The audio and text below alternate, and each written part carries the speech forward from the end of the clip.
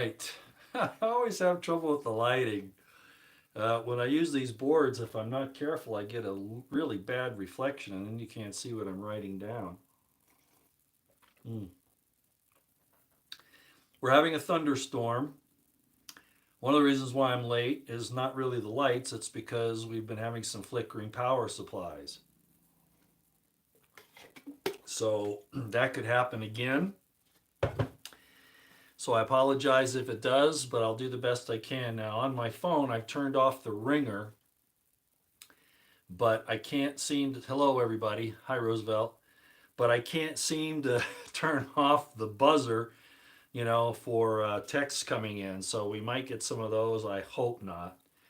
But at any rate, we've been talking about doing this particular class for some time. And frankly, I wasn't sure how to go about it. So I've had to give it a lot of thought. And actually, I told you today, if those of you who were listening to my earlier live stream, I was saying I'd do it tonight or tomorrow. And I was really planning on doing it tomorrow. And then I found out that we have a big family gathering for one of our grandkids' birthdays. So I have to do it tonight. I would rather do it on a Friday night, but then again, maybe you all have things you want to do Friday night, so it's a good thing that we're doing it tonight, I suppose. But at any rate, that's going to be the necessity, unfortunately, so here we are.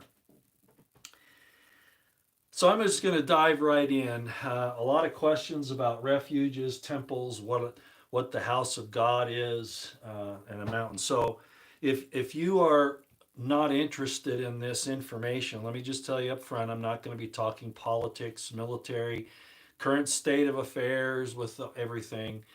Tonight, we're going to talk about this, but it does impact you. Believe it or not, this does impact you. So it might behoove you, even if you don't want to go down this road, to just listen and kind of get an idea of this particular situation. Uh, Earlier today, you may have heard me say, and I say it quite often, people in established religions, whether institutional or of their own making, are often vehemently defensive and even offensive in their religious beliefs, so much so that they're willing to condemn others who aren't in their religious sphere. Uh, there's even a scripture that's going around now that a lot of people are talking about with this entire GMI thing and other situations that are happening in the world, that many will think that they do God a service by killing you.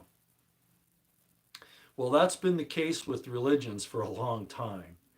And unfortunately, even though they read about pride and a prideful heart and things like that, very few really apply it to the way that they force, whether overtly or covertly, their religious beliefs on others. That's why you see me so careful, even though I present information I feel very strongly about, and it seems very strange. I try to give the people that listen to what I have to say a door, a way out, so that they don't have to feel trapped. I do this information because we've had 2,000 years minimum of information that is either incorrect, it's been deceitful on purpose, or there may have been misunderstandings, and that happens a lot too, even with people very close to the events. We see that today. History today, if you try to write what's happening today, depending upon who writes it, you're going to get a different viewpoint. So that's the case with both regular history and even with the biblical texts. And tonight, what I'm going to be doing is I'm going to be using the Hebrew Linear Bible, okay? Because this will give us a little better indication of what these things were about at the time that they were written and in the culture that they were presented. So, a lot of people today are worrying about where they can go for safety, where God is, who's speaking for him, what is meant by a temple, by the house of God, etc. And so let's see if we can at least discuss some of these items. A lot of you folks won't appreciate this. A lot of you will find it fascinating.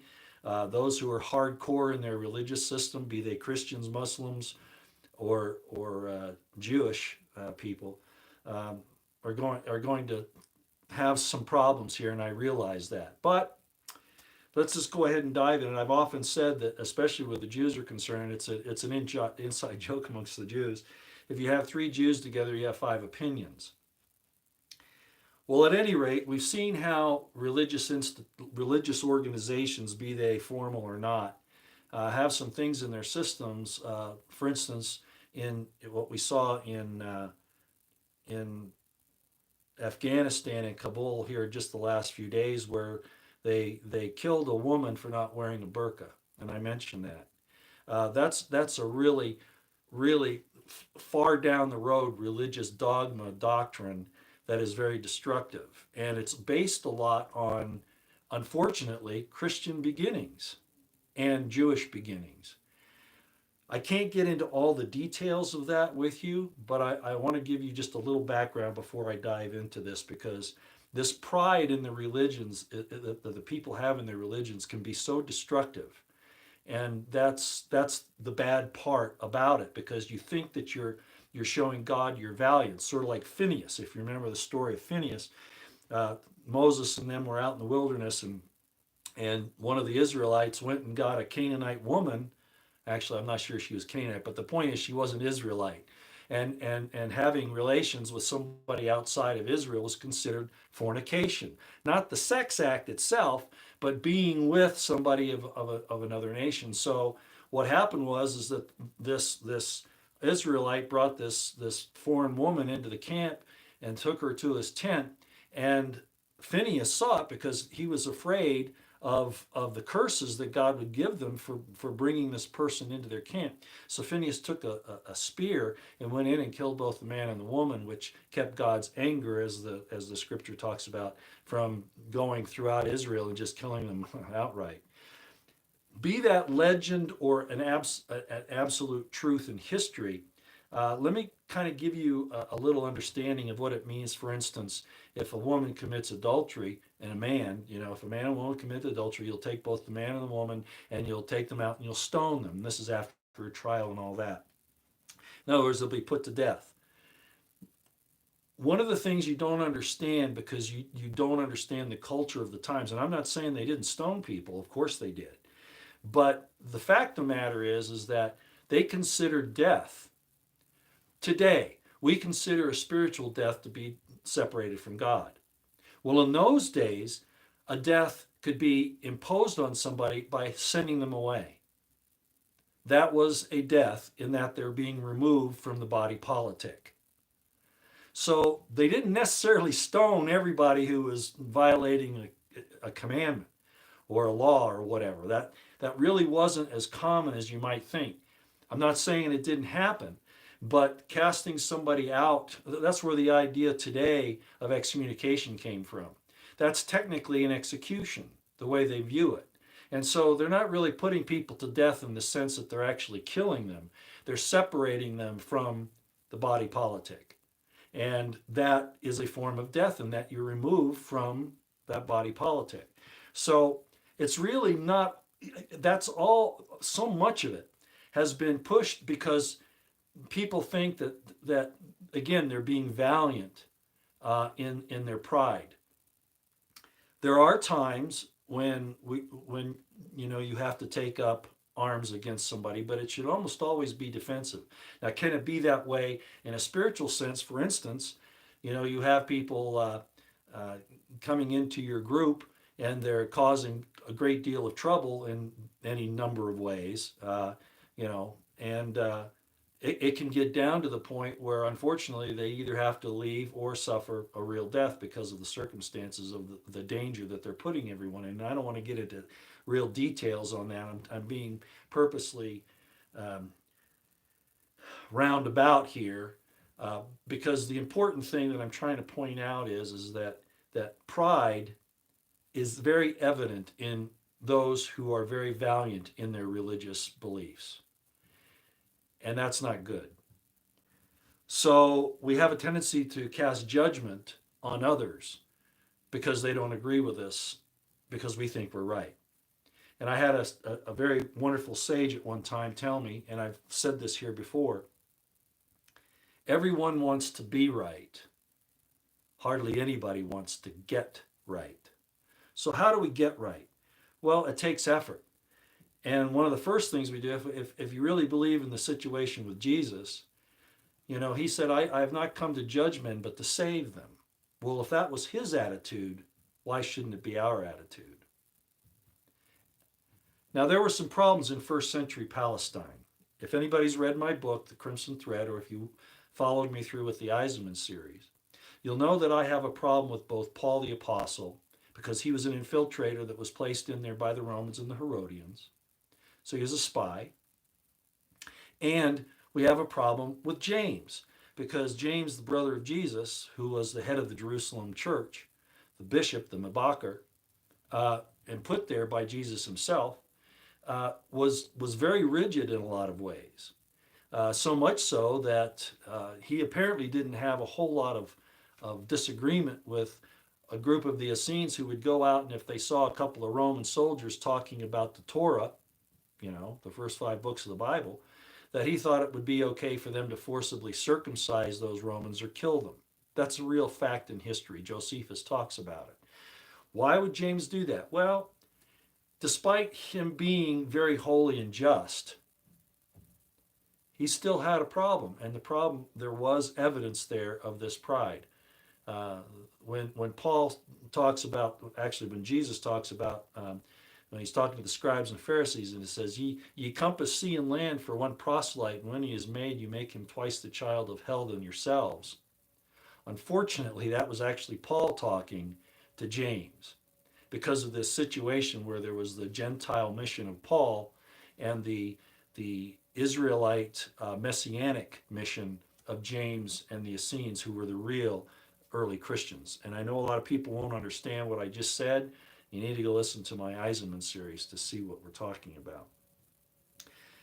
However, and this gets into some other things that Roosevelt wanted me to talk about, and I'm not going to go into a whole lot of detail on this, but the idea in Islam of killing Jews and Christians who will not convert actually came from that thing I just told you about from the early Christians who did believe in circumcision. There was that fight between James and Paul, and I could get into that reason again as to why they had this disagreement. I might touch on it here in a minute.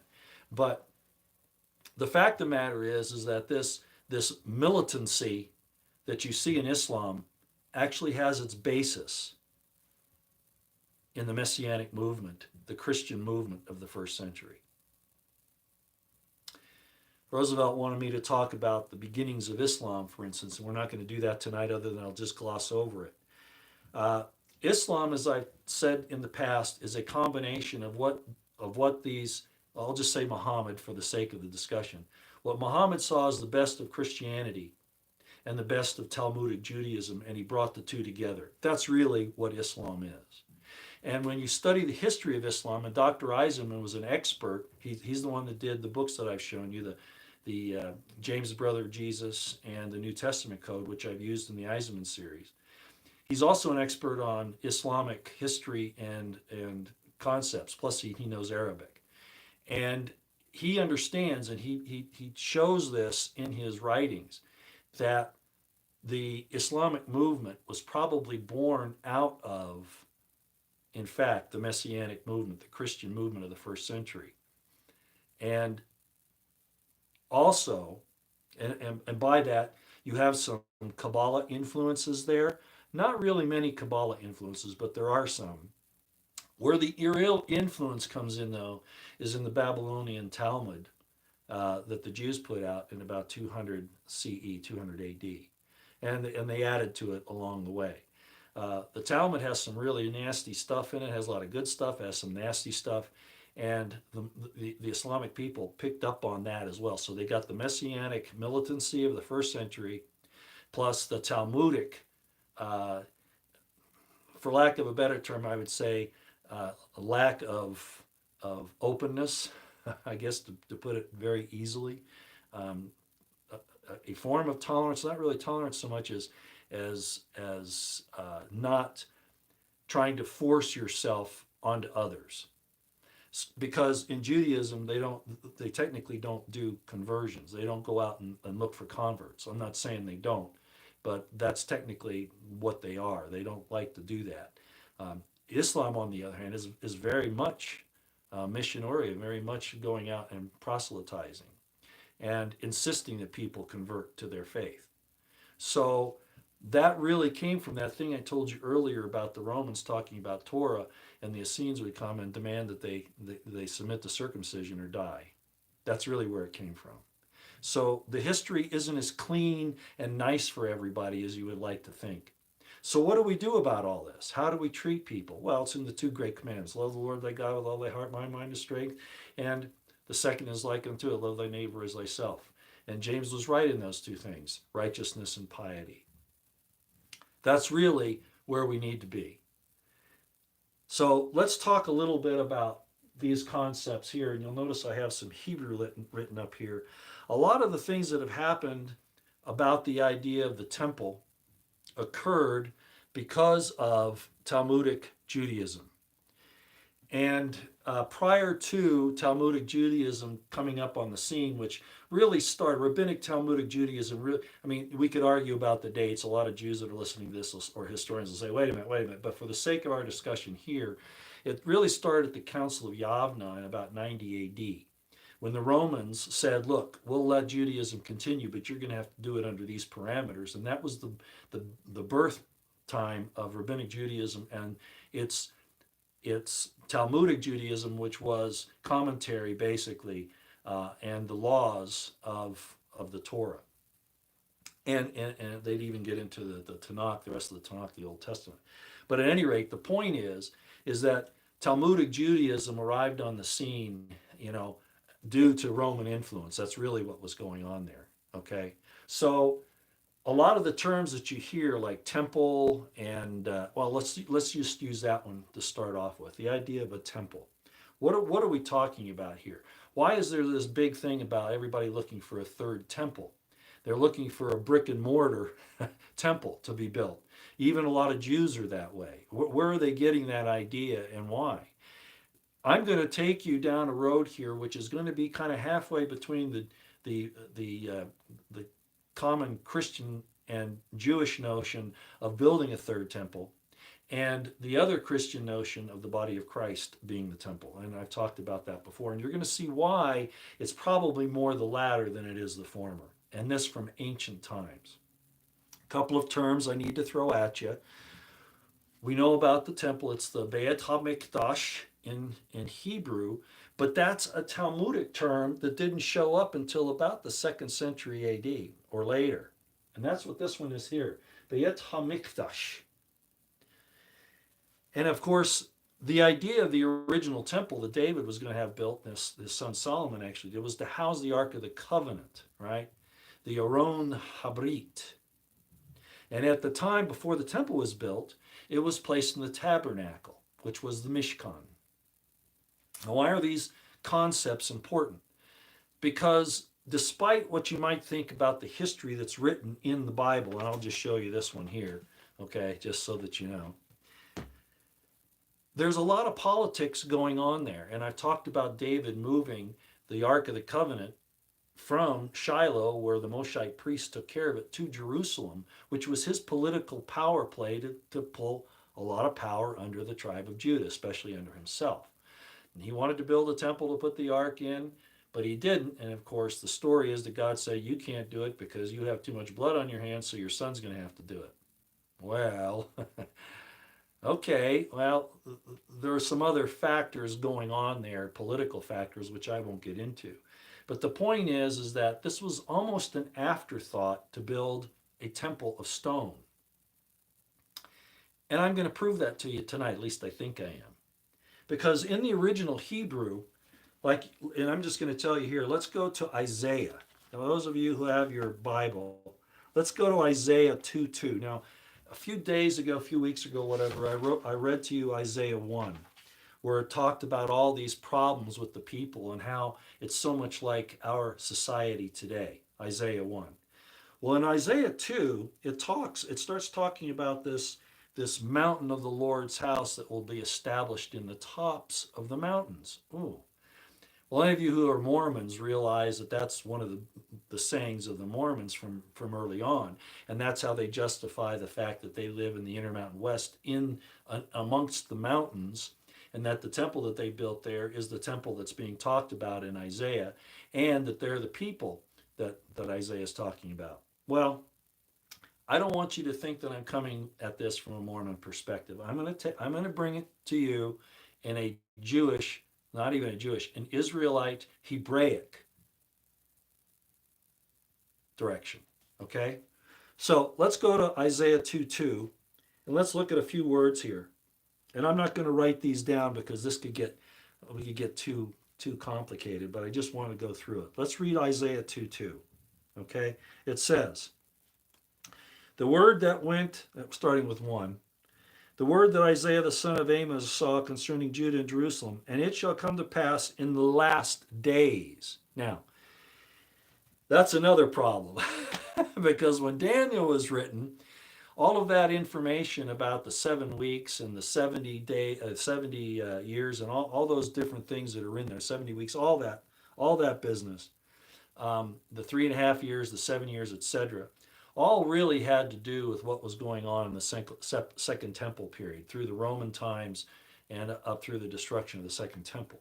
But as you probably heard me say before, the scriptures have a almost a repetitive application, and we're supposed to look at it that way. So I'm going to open this up just a little bit to tell you that I think that the last days, in my estimation, of course, apply to our time as much as Daniel applied to, and Isaiah applied to the period of time during the war with Rome in 70 AD, as much as they do today. That it's a type and shadow of our time as well. So I'm going there with you. I'm not going to stop that, okay? Well, let's keep reading. And it shall come to pass in the last days that the mountain of the Lord's house shall be established in the top of the mountains, and shall be exalted above the hills, and all nations shall flow unto it. And you can read the rest of it there, but we're going to home in on this idea of mountain, top, and house, because this is really important to understand what those people in that time actually considered these things to be. By the way, Mount Moriah, which is where the temple was built in Jerusalem, is a mountain, and it's about 2,500 feet above sea level. But is it at the top of the mountains? What is meant by that phrase? Is that really at the top of the mountains? It's amongst the mountains, but there are a lot taller mountains in the area than Mount Moriah. So what's going on here? Well, again, it was a political move by David, but Moriah kind of means a mountain in the sense of a mountain anyway. Mount Moriah being, like I say, the area where they built the temple. And again, as I said, David moved or had the temple built there as a political move, and brought the ark there as a political move more than anything else. Because as I'm going to read you here, a temple is really not necessary. Ooh, that's going to get some people upset. Not in the sense that most people consider the temple to be. There are some things that a temple is used for that are necessary, but sacrifices and all that really isn't the name of the game. That was a result of disobedience on the part of the Jewish people at the time. So let's read and look at it in the Hebrew and see what it says. Okay. By the way, go and look at Micah 4:1 as well, because Micah 4:1 says the same thing. As a matter of fact, it's probably very likely that Micah 4:1 is nothing more than a repeat of what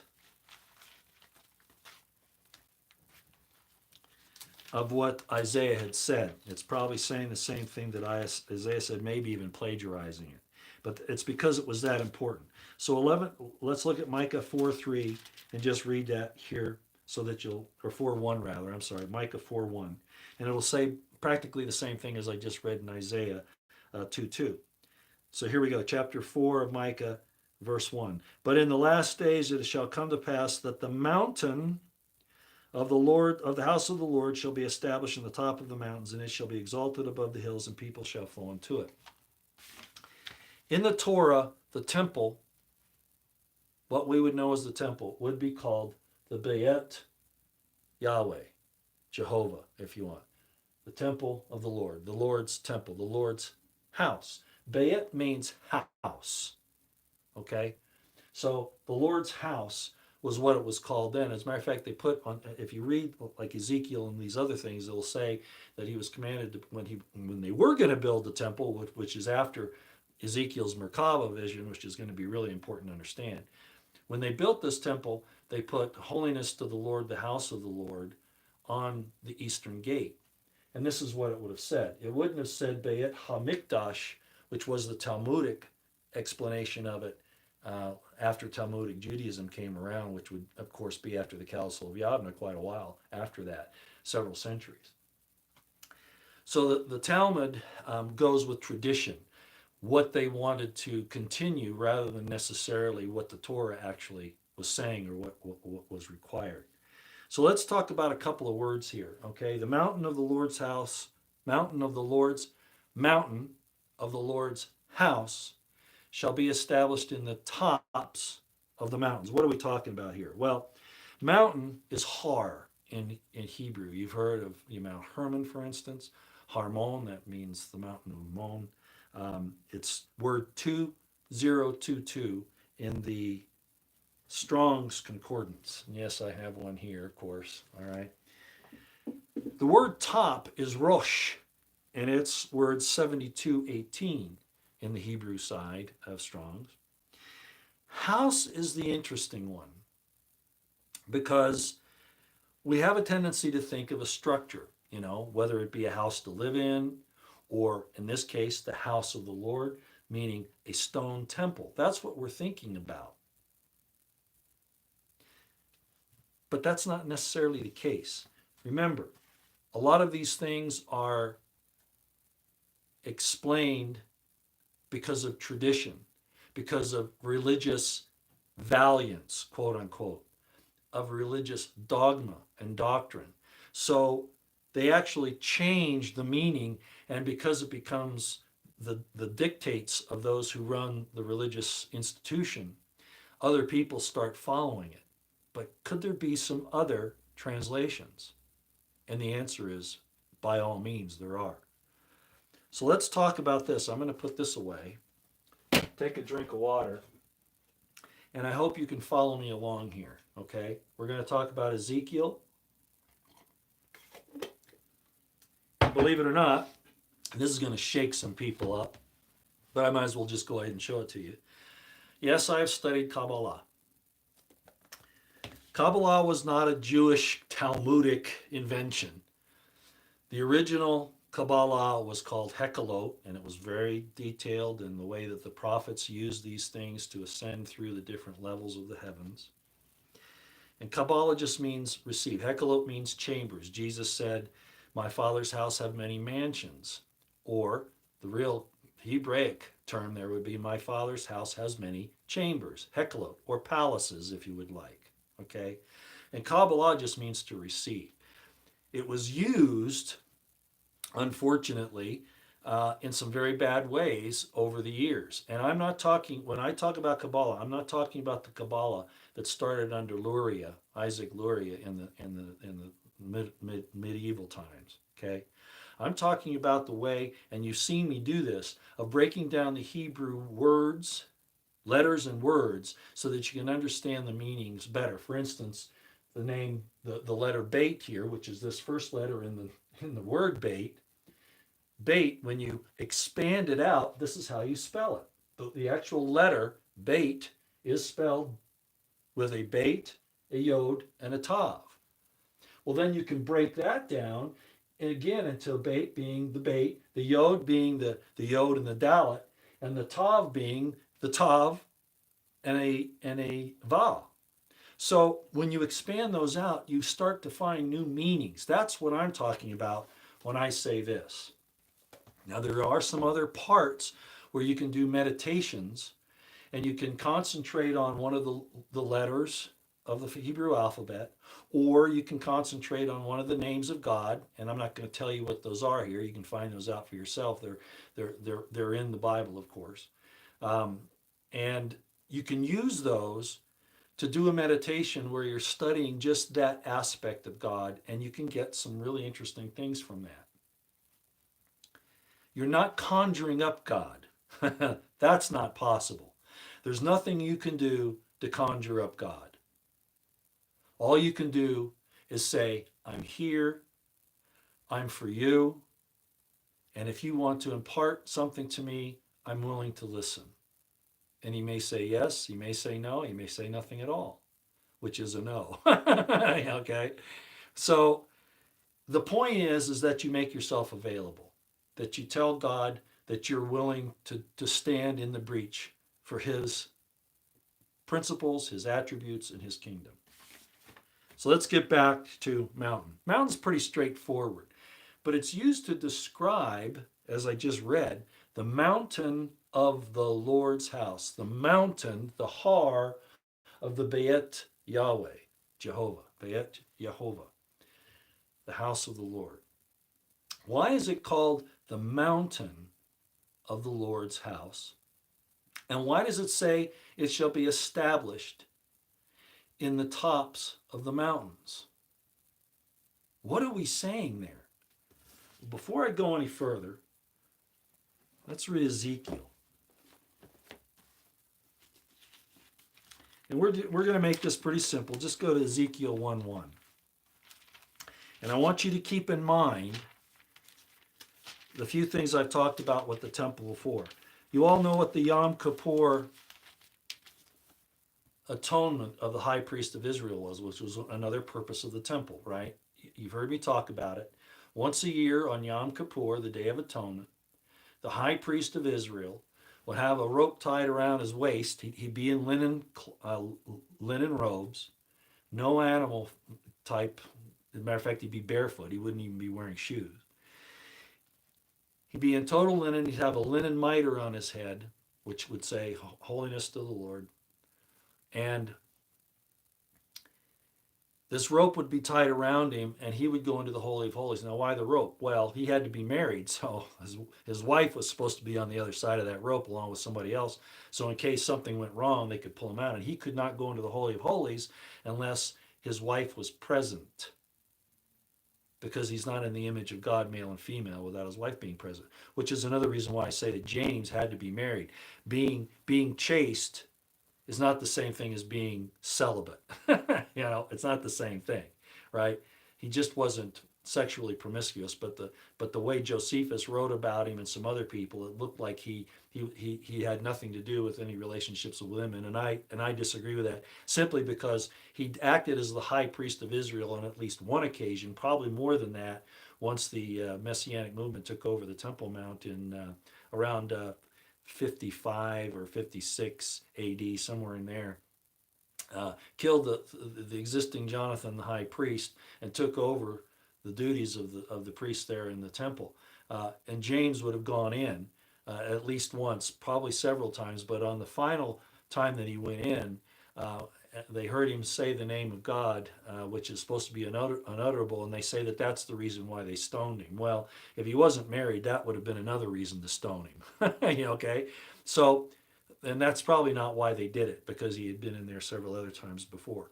So at any rate, the point is that the temple had this idea of approaching God, and that you couldn't approach God unless you were in the temple and you'd gone through all these purity things. And these purity things were, you had to practice righteousness, you had to follow the Torah to the letter, you had to wash several times in a mikveh, that's like a baptism, before you went into the temple, and especially if you were the high priest in the Holy of Holies. So you would have to do all these things before you could go into the presence of God on the mercy seat. Well, that's not how it worked prior to that. You remember, Abraham was in the plains of Mamre. There's no temple there. And God walked up to him with two angels. And Abraham saw him coming and went, oh, whoa. And he turned to his servant and to his wife and he said, you guys got to fix some food. And he had a little animal killed and roasted and all that and offered that to God. Well, I thought God was a vegetarian because that's what James thought. By the way, James, he was very much a vegetarian according to what we know about him. I'm talking about James' brother Jesus, the apostle.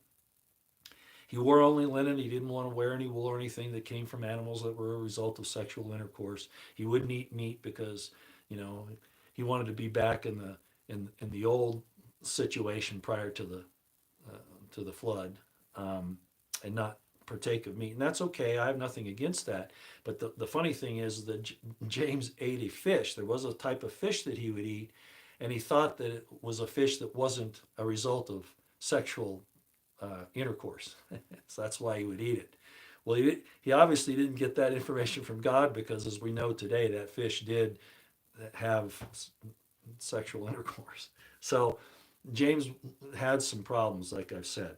And the difficulty between him and Paul I could get into again tonight. All I will say is that they were at war at the time with the Romans, okay?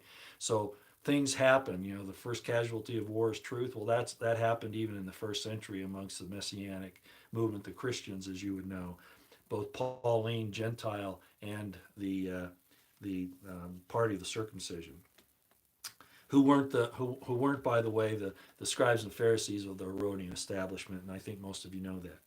So, okay, I think I've shown you that at this point that there's this concept that there has to be an actual temple built, right? Whether it be the Temple of Solomon, which has some questions about that, as I've already explained, but the real issues are the temple of the second temple that had to do with Ezra and Ezekiel and those guys, and of course Herod's temple, the remodification of it. Why did they go do that? What was going on? And I'm going to submit to you that it was nationalism, that it was a symbol of their nationalism, even more than it was a symbol of their worship of God. It filled both of those, but primarily the political statement of their nationalism. Why do I say that? I already told you about Abraham on the plains of Mamre. I showed you the other day, I read it to you in Isaiah. Maybe I should go back and do that, where he talks about I'm full of the sacrifices. I don't want your sacrifices anymore. I don't want the blood of bullocks, and I don't want the blood of lambs. It's in chapter 1, right? Where he says, chapter 1 of Isaiah, starting at, say, verse 11, just as an example. To what purpose is the multitude of your sacrifices unto me? I am full of the burnt offerings of rams and the fat of fed beasts, and I delight not in the blood of bullocks and of lambs or of he-goats. When you come to appear before me, who hath required this at your hands to tread my courts? And I read this several weeks ago, I think, and I said, I thought God wanted the temple with these sacrifices. I thought he told them to sacrifice. Well, they missed the point. They missed the rest of the class. They played hooky. they basically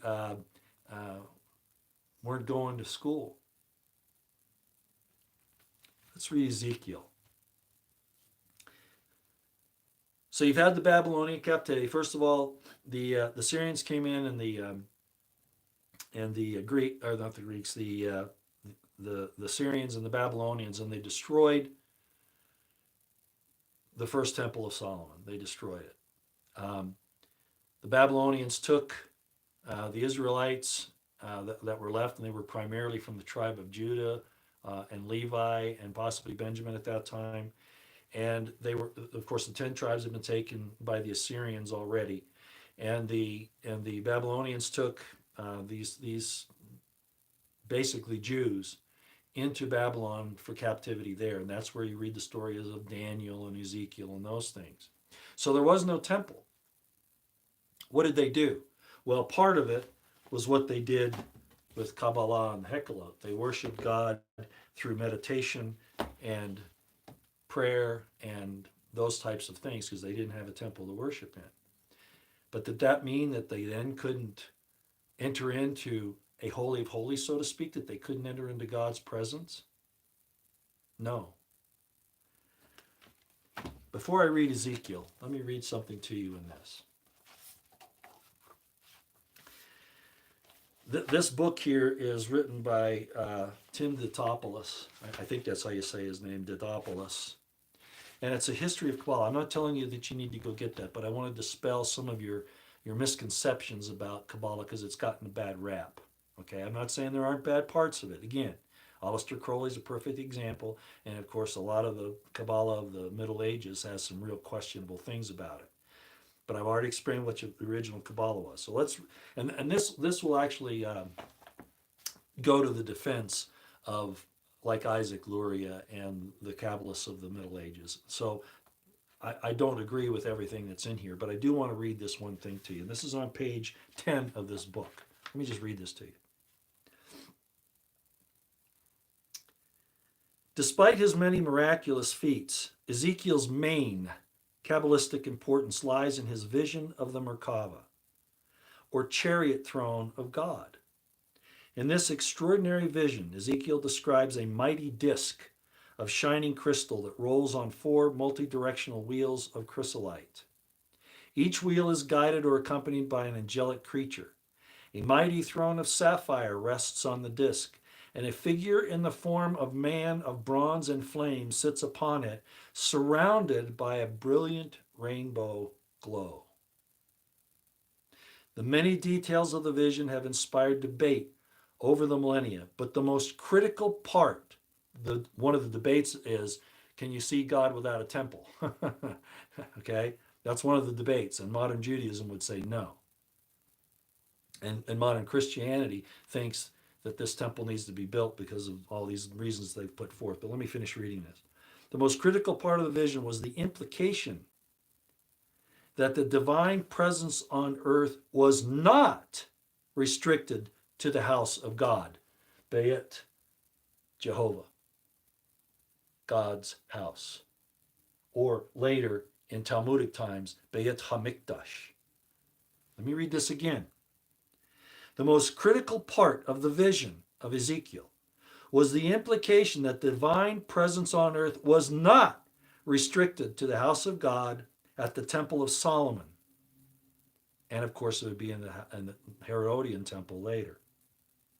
Both the second temple and Herod's remodeling of it. Instead, God could be seen and felt anywhere and everywhere for those that had the eyes to see. Let me read it to you. Prior to Ezekiel and Ezra building the second temple, let's read it. And I'm going to read this through because I think you need to understand what I just read. So this is Ezekiel Chapter 1. There is no temple. But here we go, just what it said in the book on the Kabbalah I read you there. Now it came to pass in the 30th year, in the 4th month, in the 5th day of the month, as I was among the captives by the river of Kebar, that the heavens were opened, and I saw visions of God. Oh, now wait a minute.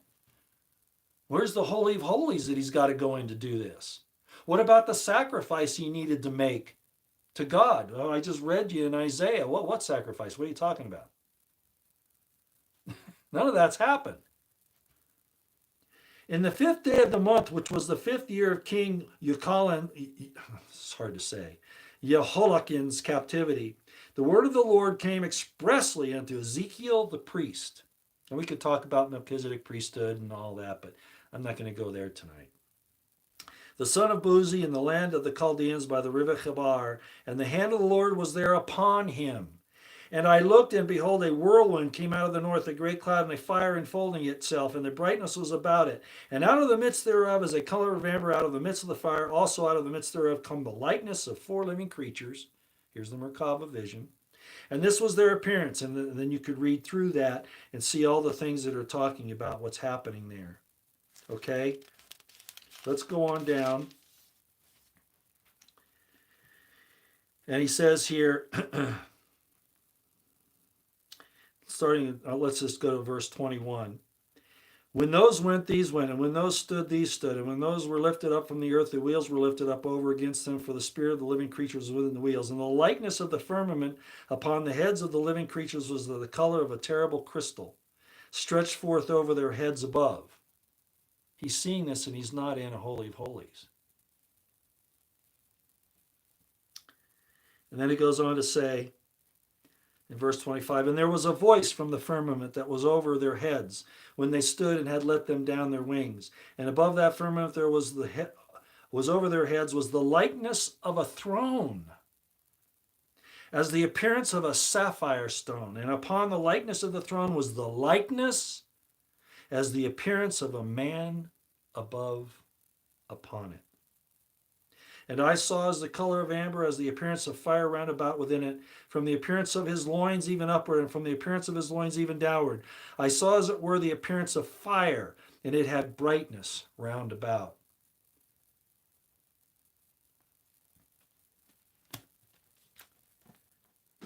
So why a temple?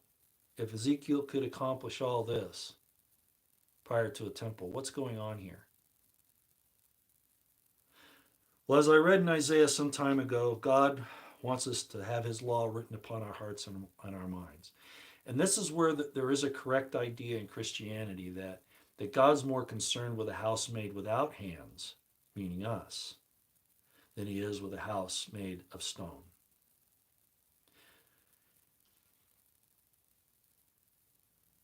So, what's going on with the word house? We've talked about temple, we've talked about mountain, and now we're going to talk a little bit more about house, because this is very important.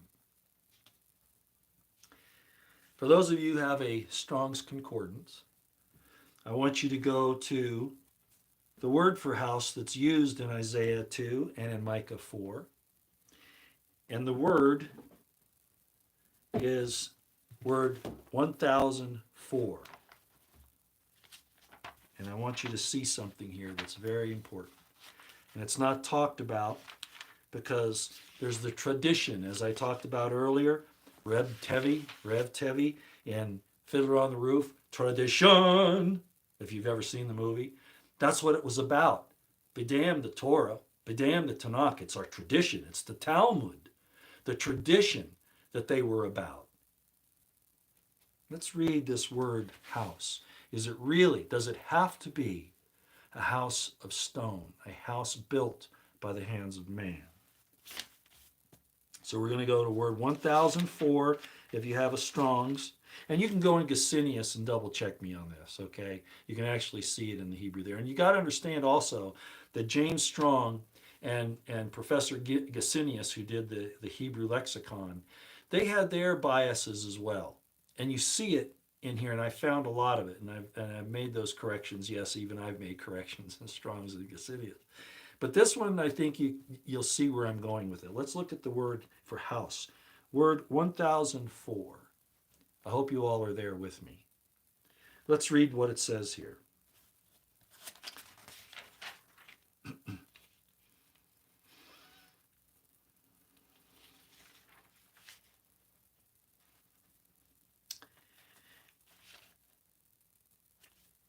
If you're looking at the entry, it gives the word Beit right there.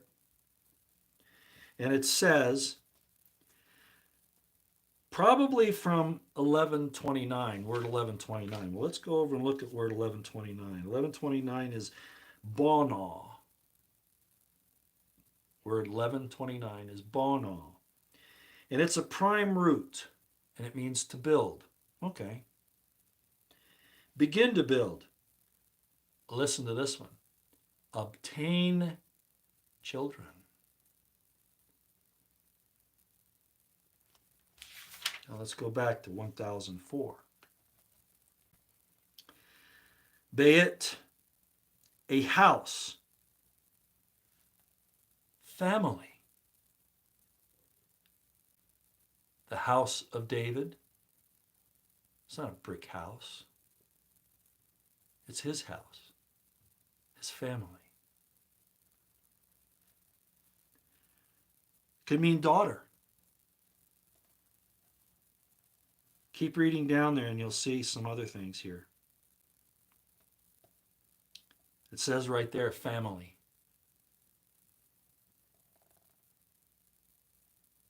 Homeborn.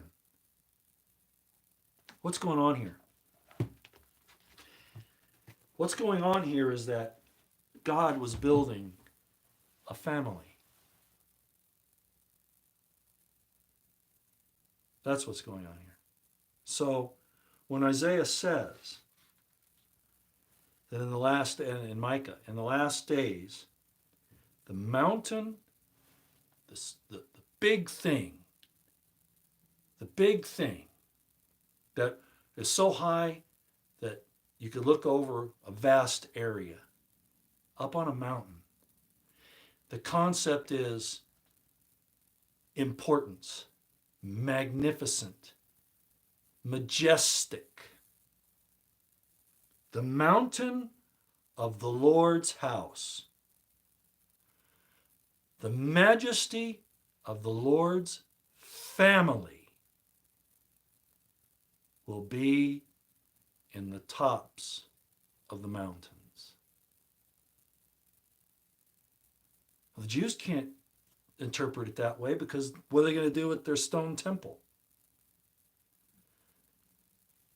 The Christians who want to support the state of Israel, they've got to have the third temple because they think that's required.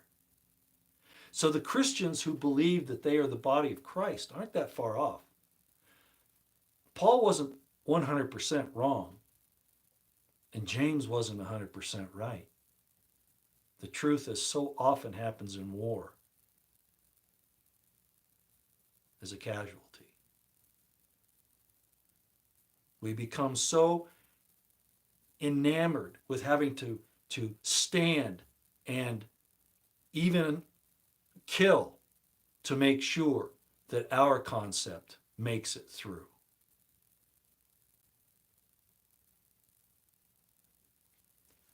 So my interpretation of Isaiah 2:2 and Micah 4:1, the Christians won't go so far as to say God's family, as I've so often explained, that the Yahweh, the word Jehovah, is a system of God's family, not even really his name. It's his system. Father, mother, son, daughter. Or, there are many ways to do this, father, mother,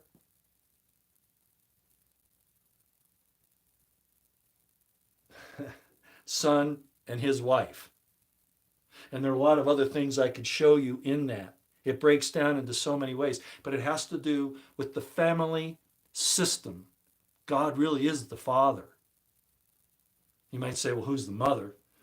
Well, it's interesting because in Hebraic writings, the mother is always protected. Even with Sarah. Think about this. This is going to shock some people. And why James was so adamant about fornication and he missed this. Well, he didn't miss it. He just didn't want to talk about it. Who did Abraham marry? Does anybody want to tell me who Abraham married? This is the first question I'm throwing out in, this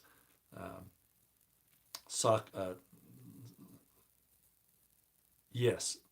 And he married Sarah, or Sarai. And who was she? Half sister. Yes. Victoria, very good. Sarai was Abraham's father's, Terah, daughter by another wife. He was his half sister. She was his half sister. Well, that's forbidden in Torah. That's incest. But Abraham was a friend of God. What?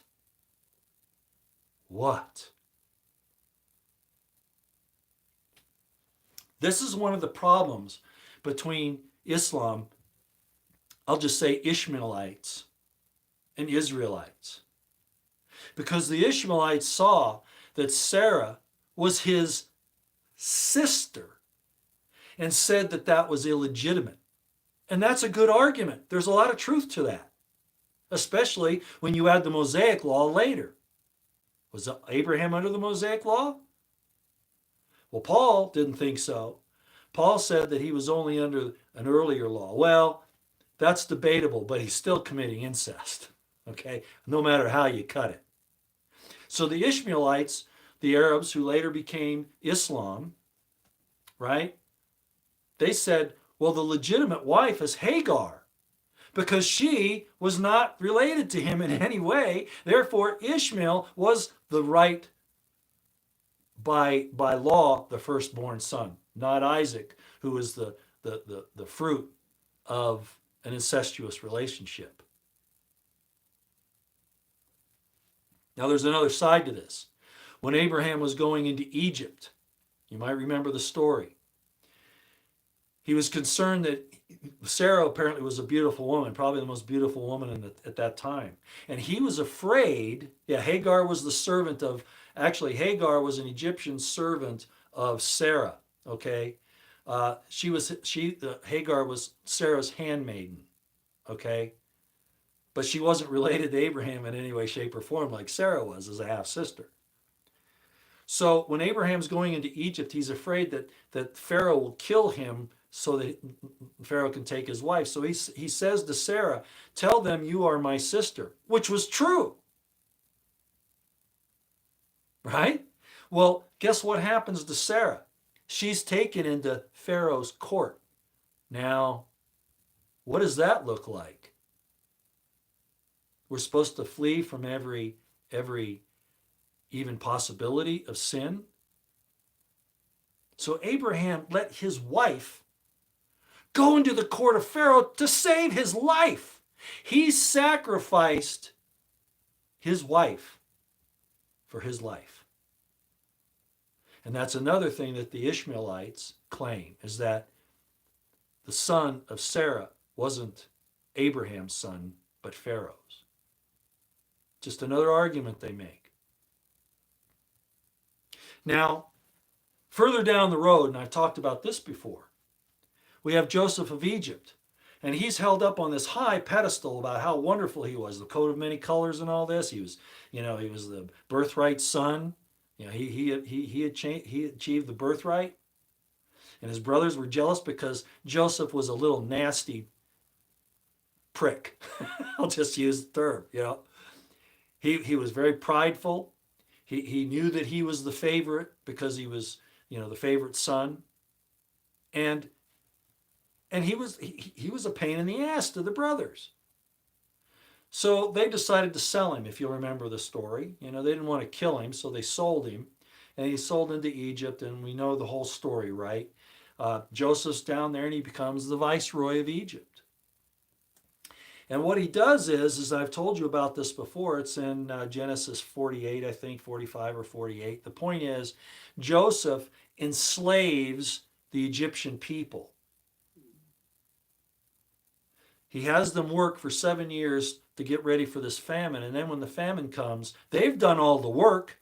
They've grown the grain. They've built the places to put the grain. They've stored up the water. The people have done all that. Well, guess what Joseph does? The little brat.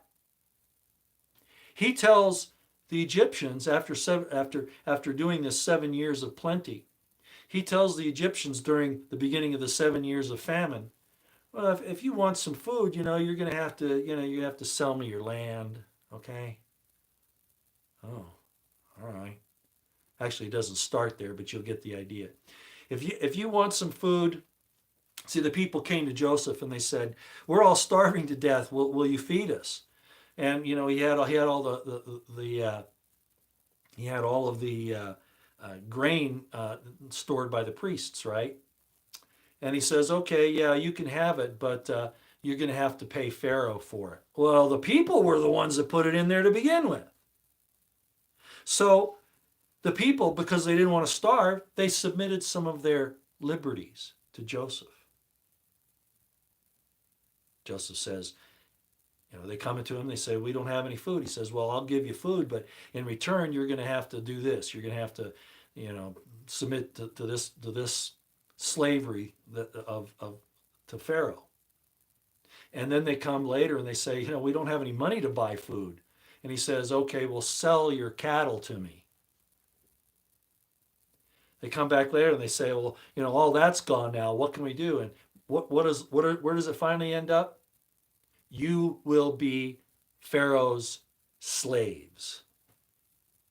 You will sell yourself to Pharaoh. Does this sound like the New World Order today? What's going on?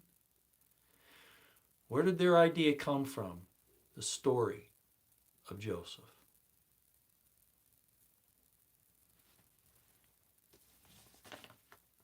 See how complicated this can get? So what does God require when we see all of this confusion, even in his scriptures? Two things stand out. Love the Lord thy God with all thy heart, might, mind, and strength, and treat your neighbor like you would want to be treated yourself. The righteousness and piety commandments upon which all the rest of the law and the prophets stand. God doesn't care about a house of stone. God wants a family. His sons and daughters. And how does he know who they are? Well, he knows. Some of us go through some pretty tough trials, and we never really figure that out. We're literal sons and daughters of God. Not just because we embrace his law. That's part of it. That's the fruit. By their fruits you will know them. How do you know that you have a child of God around you? By their fruits. They love God and they love their fellow man innately. It's in their heart and in their mind. God has written it there. Not everybody is part of his family. They can be adopted in, as many Christians would call the grafting in. But you don't understand that what God was talking about in the last days, establishing the mountain, the majestic, the mountain of the Lord's family will be majestic. It will be in the tops of the mountains. Is that a geographical location? Could be. But the real point is that they will shine forth. They will set the example. They will be the majestic mountain for all the world to see. They will be like Christ, the family.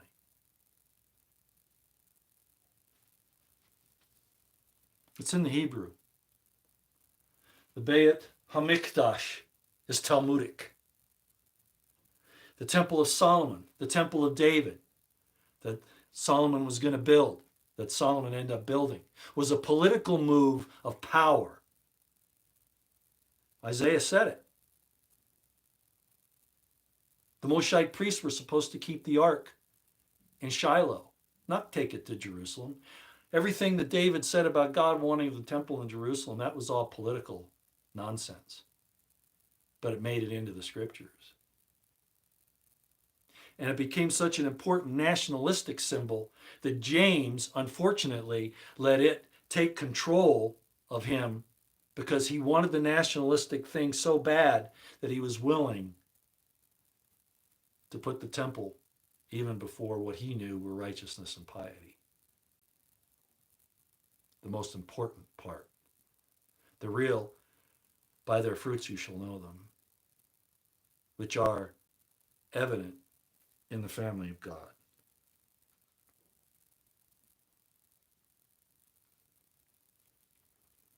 So where is God's refuge? Where will the refuge be?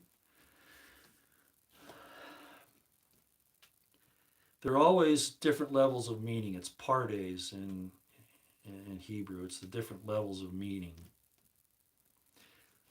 One's the storyline, one's the allegorical. Then you move on up to the base, basically the esoteric and the mystical, the hidden, mysterious parts of it.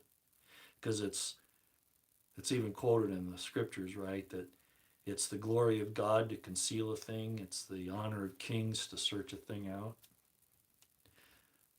Even Jesus talked about mysteries. At least he's quoted as talking about mysteries.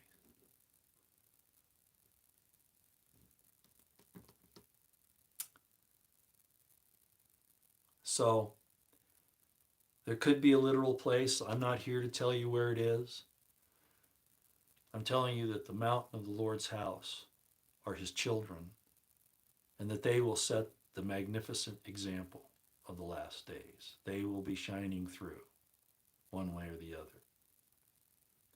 However, there could be a physical location too, and that's why I've asked you to pray for deliverance and a place of refuge, because I think that that's also really part of the program. And it could be in the mountains, wherever what mountains are around you, or it could be that it's actually the mountains and the Rocky Mountains. I'm not certain, but I think God will let us know. As long as we're searching for him, that's our priority. So I told you it'd be kind of halfway between the Christian idea of, the body of Christ and the idea of a stone temple. It's kind of halfway in between, because the Christians, I don't think, would like to, and I might be wrong about this, but this has been my experience. They don't want to talk about that there's a real family of God, a real flesh and blood and bone family of God. They don't like that. Okay. And yet then you have Ezekiel also talking about the dry bones, right? That they would come together and the flesh would be put back on them. And the Jews say, well, that's talking about, Israel, the Jewish people coming back as a nation.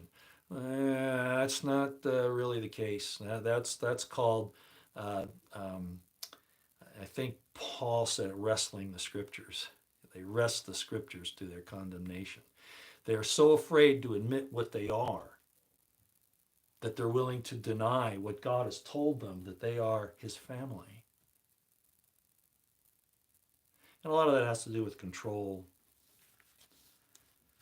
Religious institutions don't do that, right? They're not concerned about control.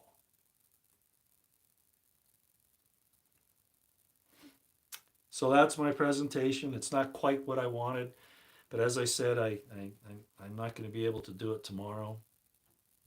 But I think that I've given you some things to think about. Religion, actually, the basic for it, Roosevelt, the basic concept of religion, it's actually Latin, and it means, control. It means regulation. Yeah. I just saw Jesse talk about the 5 senses. And we often think that, let me see what he says here so I don't say this wrong. The 5 senses are controlled by the physical world. Many have forgotten the spiritual eyes and ears. The outside world must be turned off for a moment to hear the healing frequency of our Father. Well, that's true. I've often told people, when they want to hear the still small voice, think about a white sheet of paper. But you don't want to be there too long, because sometimes other forces can come in. So you have to test or try the spirits, and I think you know that, Jesse. But what I will tell you is that there's nothing wrong with our senses. God didn't give them to us to make us slaves here. There's that idea that men are carnal, sensual, and devilish.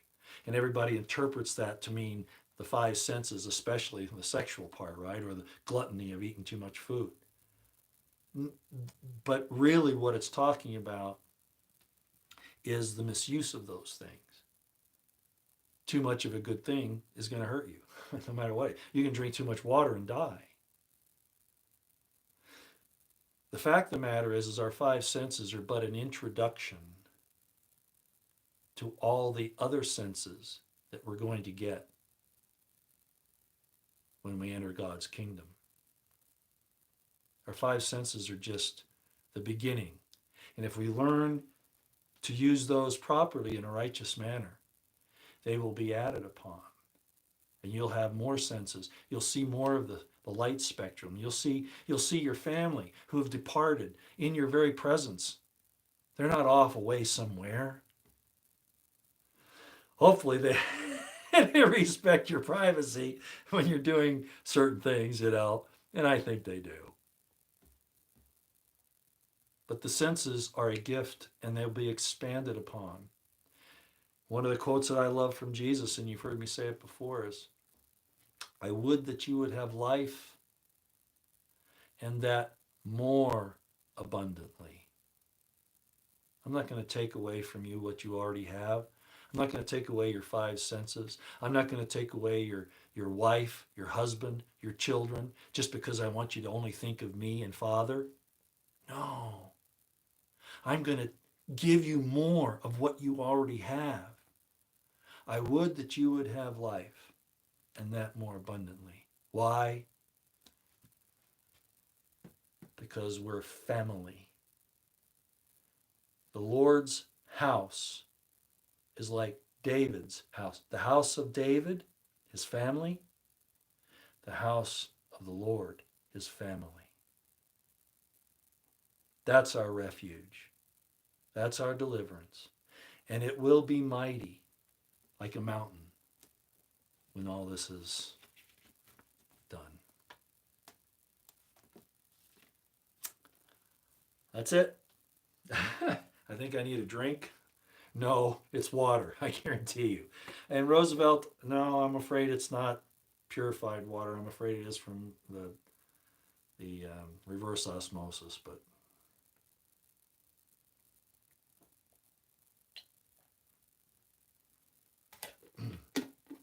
Roosevelt is pretty smart, actually very smart. I was drinking, I said one day that this was reverse osmosis water, distilled water. That's what I said when I was drinking distilled water. And Roosevelt says, you should drink purified spring water. You shouldn't be drinking distilled water, reverse osmosis water, only because you're not getting the minerals and the trace minerals and all that. And I thought, that's right. I actually heard about a guy who died from drinking distilled water because he was missing some of the important minerals that you need. So, Roosevelt, you're right. I agree. Okay. All right. I don't know that I can take a lot of questions tonight. Yeah, Psalms 27, Deliverance and Refuge. Well, why don't we read that? Psalms 27. I think that's a good ending to what we're talking about tonight. Psalms 27.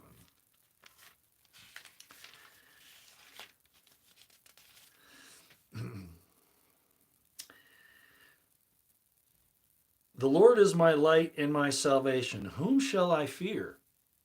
Now, fear in Hebrew is actually awe. Okay?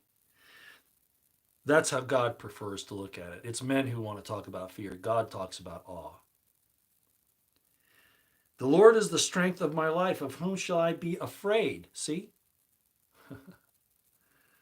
When the wicked, even mine enemies and my foes, aren't we there today? Came upon to eat up my flesh, they stumbled and fell. Though an host should encamp against me, my heart shall not fear. Though war should rise against me, in this will I be confident.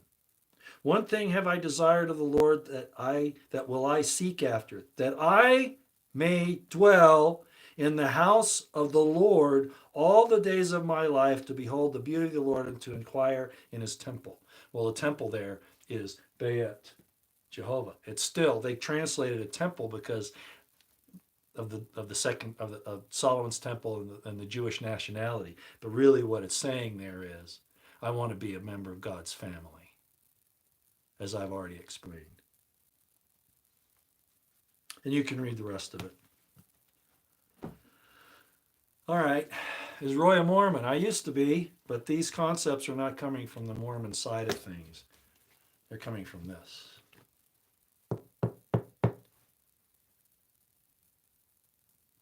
But I'll tell you what, I wouldn't trade my time in the Mormon church for anything, because that's really where my religious history has been kind of interesting. When I was born, I'll give it to you real quick. You know how quick I am, right? So my mom grew up Roman Catholic. My dad grew up Baptist. And how they ever got together, I'll never know, because my mom was an Eastern aristocratic family and my dad was the son of a farmer. And they worked together in the War Department, and that's how they met back in the 30s. And they got together. I still can't figure out how that happened, but it did. Anyway, to make a long story short, sometime prior to me being born, they both joined the Jehovah's Witnesses. So when I was born, I was in the Witnesses, and that's really where I started getting my education on the Bible. Because anybody that knows about the Witnesses knows that, I mean, I can remember even being a young boy, 5, 6, 7, 8 years old, having to get up and and teach about a scripture in the Bible. And I remember the one was Nebuchadnezzar. And my dad was really fine. I remember sitting there in the Kingdom Hall, and I knew I had this talk I had to give. And yeah, the New Translation, yeah. And New World Translation, actually. And and I wasn't sure how to pronounce the word. And I asked my dad, so how do you say this? And he says, Nebuchadnezzar. Okay, so when I got up to give the talk and I said Nebuchadnezzar, that was the one point I got in trouble for. They corrected me, and I felt really bad for my dad because he was the one that told me that that's how you say it. So at any rate, I was a Jehovah's Witness. I went tracting. I passed out the Watchtower and the Awake, and heard them when the people didn't want it. We'd turn away and we'd say they're going to hell because they didn't accept our testimony, which is baloney, right? And I saw all this and I thought, man, there's some problems here. So what happened was is my mom and my dad had some kind of a run-in with the witnesses, the leaders of the Jehovah's Witnesses, and I don't know what it was. I've often pondered that, and I think I know, but it's probably not for public consumption. But at any rate, so they decided to leave, and my dad just went off into being an agnostic.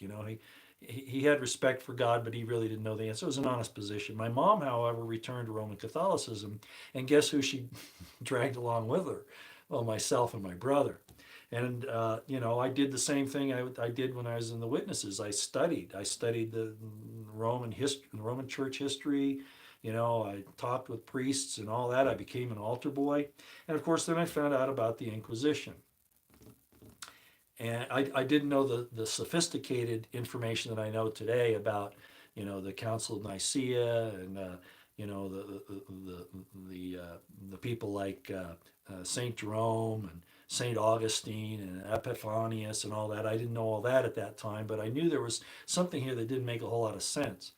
I didn't even really question the so-called virgin birth at that time because I didn't really understand that. But the Inquisition did bother me.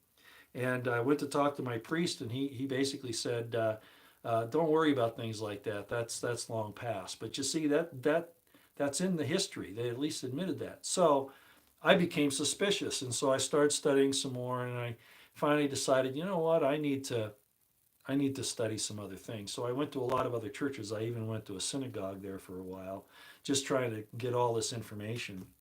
And then what happened was is that uh, a friend of mine and I was a senior in high school, and it was Christmas Eve, and he and I came to my house and walked in, and I see these two guys sitting there in suits, and my mom talking to them. My mom at the time, she was a associate professor at the University of Maryland, and she also worked for Goddard Space Flight Center, NASA, and so I figured that these guys were either from the university or more likely from Goddard Space Flight Center. And she said, "Oh, Roy, I want you to meet these two young gentlemen." And most of you know the story. I see their nameplates and it says Elder, Elder. I said, "Oh, you guys got the same first name." And they laughed because everybody says that. Then I found out later that that's the elder priesthood. That's the Melchizedek priesthood they say they have. So at any rate, I listened to the discussions, and my mom encouraged me to join the church, Mormon church, which I did. But as I was always doing, my I studied all the time. And I started having questions a few years later, almost immediately, but a few years later, and I won't go into all the details, but it got me in trouble for asking questions. So they disfellowshipped me for asking questions. And then I got really upset when I went to talk to a couple of the big authorities in the church. They first had me go to a guy who was kind of like the inquisitor, and I caught him in lies, and he knew it. And he said to me that I have an evil spirit to get out of his house. And this is a guy that the the church would send people to that have questions. And so he attacks me like that. And I'm only like 25 at the time, 26, something like that. And so then I went back to my stake president. The stake president is the guy just above. In the Mormon church, you have branch presidents for small groups, then you have bishops for wards, then you have stake presidents for stakes. So I went back to my bishop and I said, or my stake president, I said, if you want to keep me in the church, you better have me talk to one of the general authorities. So uh, he made the arrangements for me to go talk to a member of the First Quorum of 70, which is pretty high up, and that was Elder Rector. And I went to talk to Elder Rector, and actually that was a very, very good experience. He didn't condemn me. He said, I should keep studying, but just stay with the church, basically. But I still wasn't satisfied, so I asked him if I could go ahead and complete my next appointment, which was going to be with Mark E. Peterson, who is one of the 12 apostles in the Quorum of the 12. Really high up. I mean, just under the first presidency of the prophet. And to make a long story short, he did not impress me. He lied to me, and I had the proof right in front of me, and I pointed out to him, well, he threw me out of his office as well. Said I had an evil spirit, and he threw, because I asked the question, I caught him in a lie. So he throws me out of his office. Well, it was at that point that I knew that I was done with them. But I had studied some very early parts of the Mormon church, which were also backed up by, of course, Old Testament principles. And I got into those. A lot of people know that I got involved in plural marriage. I did. Nothing wrong with that. I'm just not very good at it. So, well, of course, I was on the police department at the time, and when they found out, the church insisted that they persecute me, and so they fired me, and I started a big thing, lawsuit against it, went to the Supreme Court, and I got on Phil Donahue and Larry King and Good Morning America and CBS Morning News and international news. I made it on the front page of the New York Times and USA Today and People Magazine. I mean, it was crazy. So it caused a lot of persecution, and it was too much. For a young family to go through that, it was just not good. And so that caused us to have a lot of internal conflicts. And the girls finally basically left. And in the end, I was left with my wife, Carol, who then died of cancer in 2008. So that's the story. So in other words, don't hold me being a Mormon for a part of my life against me, because as I'm doing right now, I'm still searching. And searching is not something that's wrong. It's expected. That we hunger and thirst after the truth. That we hunger and thirst after righteousness. That we don't sit on our laurels and have pride and think that we've arrived and that we are approved of God. That's a pride you don't want to have. Pride comes before the fall. Do not condemn another person because they don't understand your concept of Jesus and salvation. Don't do that. Don't do it.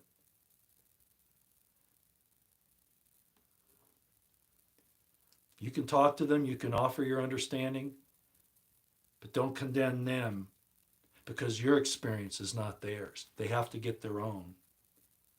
And they're not accountable for your experience, only their own.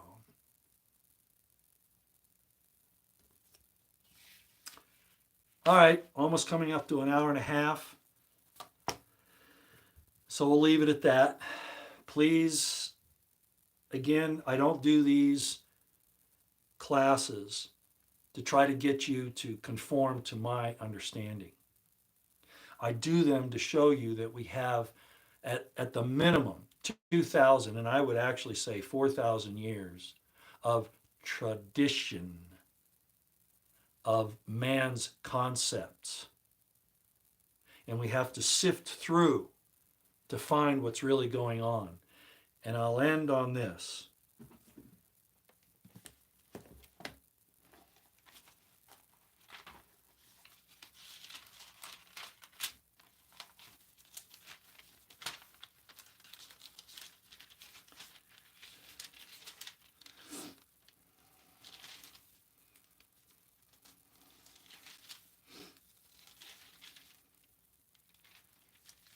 if I can get the right one. Jeez.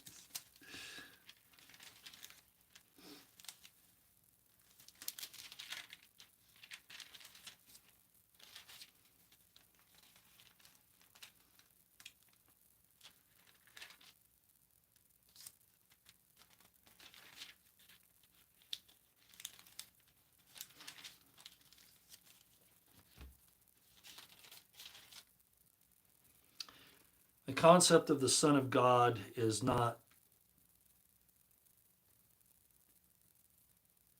what Christians believe it is today. It was as much a calling and an arrival for a lot of us. As a matter of fact, to be a friend of God could actually be, as Abraham was, despite his incestuous relationship, the friend of God could actually mean son of God as well. So let me read this to you.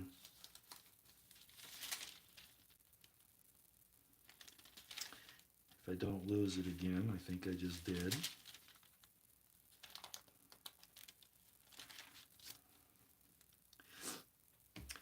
It's in Luke chapter 3, and I'm just going to jump right down to verse 38. Deal with this as you want. Jesus called himself the Son of Man. Well, the name for man is Adam. He was saying that he was a son of Adam. There's no way around it. In other words, he wasn't the son of Lucifer. He wasn't the son of the interloper of the serpent. He was the son of Adam.